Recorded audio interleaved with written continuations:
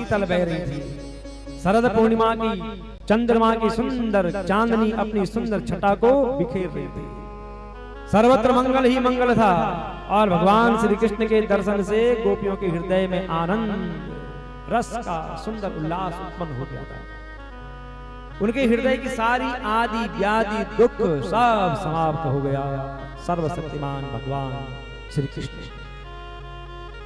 यमुना जी की रेती में गोपियों की चुनरी पर बैठ जाते हैं, ओढ़नी पर बैठ जाते हैं। भगवान की दिव्य छवि सुंदर लग रही है। भगवान कहते हैं गोपियों से, मिथो भजन्ति ये सख्या स्वार्थे कांतो द्यमाहिते न तत्र सौहृदम धर्मो स्वार्थम ददिन्यान्यथा। हे मेरी प्रिय सखियों, जो प्रेम करने पर प्रेम करते हैं, क्या जी हम तुमसे प्रेम करेंगे तो तुम भी हमसे प्रेम करो, ये प्रेम नहीं है, ये केवल स्वार्थ है। उनका सारा उद्योग केवल स्वार्थ साधन में है कि हम तुम्हें प्रेम करेंगे, तुम भी हमको प्रेम करो। ये प्रेम कैसा है? केवल लेन देन मात्र का है, उसमें सौहार्द धर्म कुछ भी नहीं है। उनका प्रेम केवल स्वार्थ बस है। गोपियों, तुम लोगों ने मेरे लिए लोक मर्यादा वेद मार्ग अपने सगे संबंधियों को भी छोड़ दिया है।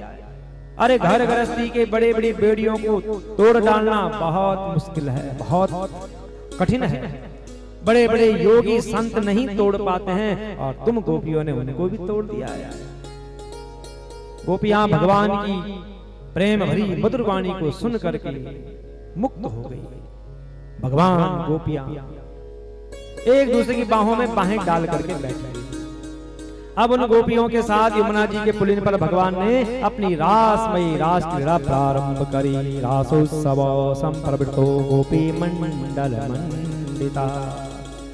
योगों के स्वामी भगवान श्री कृष्ण दो दो गोपियों के बीच में प्रकट हो गए।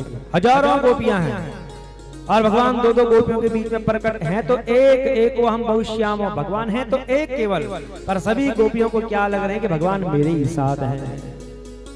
सबकी मनोकामना को भगवान पूरी कर रहे हैं। गोपियां समझ के भगवान केवल मेरे ही साथ हैं। सहस्त्र गोपियों से शोभायमान भगवान श्री कृष्ण का दिव्य रासोत्सव प्रारंभ हो जाता है। अच्युतम केशवम राम नारायण कृष्ण दामोदरम वासुदेवम श्रीधरम माधवम गोपिका वल्लभम जानकी नायकम रामचंद्रम भजे। अच्युतम केशवम सत्यभामाधवम माधवम श्रीधरम राधिका राधिकम इंदिरा मंदिरम चैतसा सुंदरम देवकी नंदनम नंदजम संददे।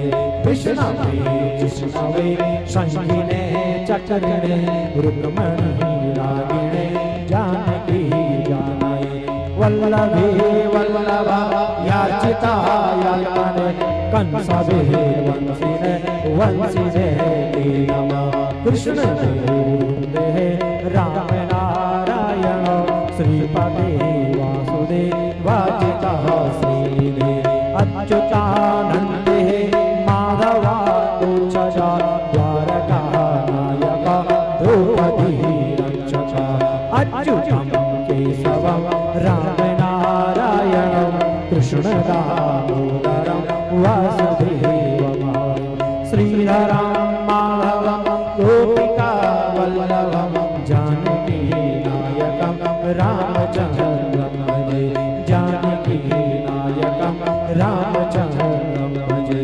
जानकी नायकम रामचंद्रम भजे। बोलो श्याम सुंदर भगवान की जय। तो सुंदर भगवान की रास लीला पूर्ण होती है। रात्रि का समय बीत गया। जब ब्रह्म मुहूर्त होता है, ये जरा गूंज रही आवाज कम कर दो उसको। जैसे ब्रह्म मुहूर्त हुआ, गोपियों की इच्छा तो नहीं है कि हम घर जाएं, पर भगवान की आज्ञा है तो जाना पड़ेगा। भगवान ने कहा तुम अपने अपने घरों को चले जाओ, सही करो इसको। गोपियों की इच्छा नहीं है जाने की, तो सारी गोपियां अब अपने घरों को निकलती हैं। यह है भगवान की रास लीला। रास का मतलब रासो वे स रास, जिस दिव्य क्रीड़ा में एक ही रस अनेक रसों के रूप में होकर के अनंत रस का समास्वादन करे, वही रास है।